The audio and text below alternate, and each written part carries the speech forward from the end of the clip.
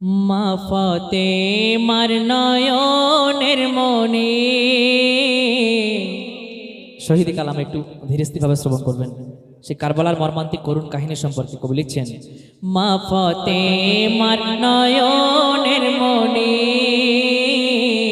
বিদায় কালে পেল না পানি, বিদায় কালে পেল না পানি গো। কেবল দিনের তরে তে ইমাম চলেছেন কারবালা ময়দান,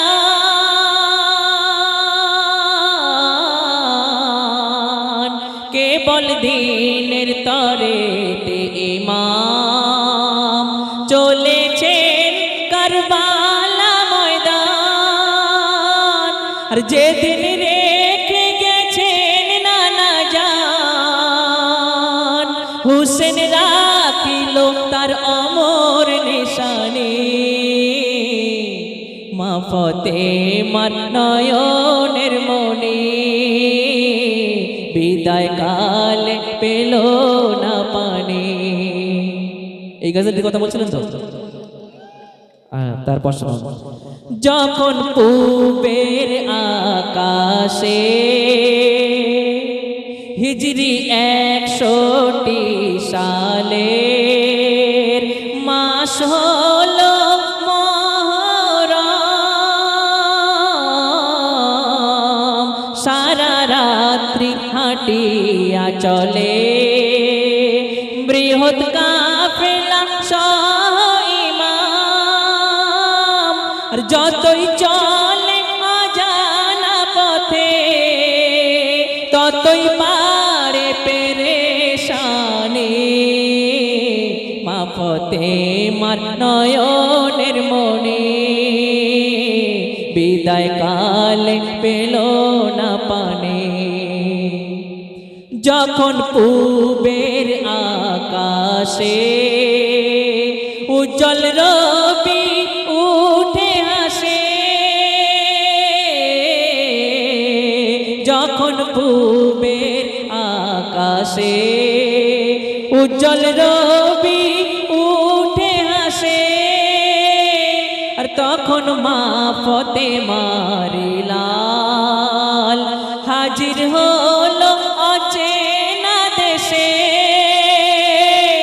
আর হঠাৎ থামিল কেন দুলদুল, কিছুই বুঝিতে পারিনি।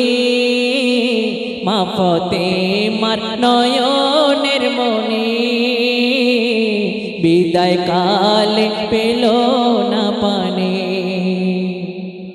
তারপর শুনুন, ইমাম হুসেনের সারা বদনে লালে ভরে যায় পুত্রের খুনে।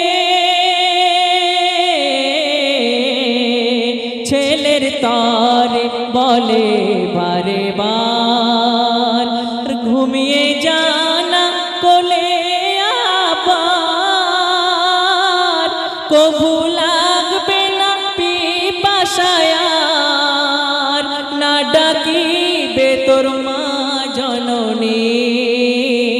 মা ফাতেমার নয়নের মনি বিদায় কালে পেল না পানি। শেষ ছন্দ শুনবেন। শেষ ছন্দে আমার শ্রদ্ধেয় প্রথম কবি মরহুম এমএ রশিদ সাহেব সেই কারবালার করুণ কাহিনী সম্পর্কে, মর্মান্তিক করুণ কাহিনী সম্পর্কে কি মূল্যবান কথা লিখছে শুনুন। শোয়েছে যেমন ইমাম হাসান বর্তন ভরা জহরের জাম, তেমন খোদার রাহে হুসেন কাটিয়ে দিল কারবালায় গর্দান। ওরে আধম এমএ রশিদ স্মরণ রাখিস এ অমর কাহিনী।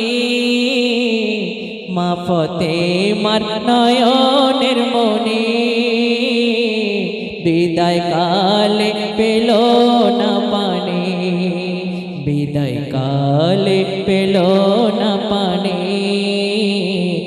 বিদায় কালে পেল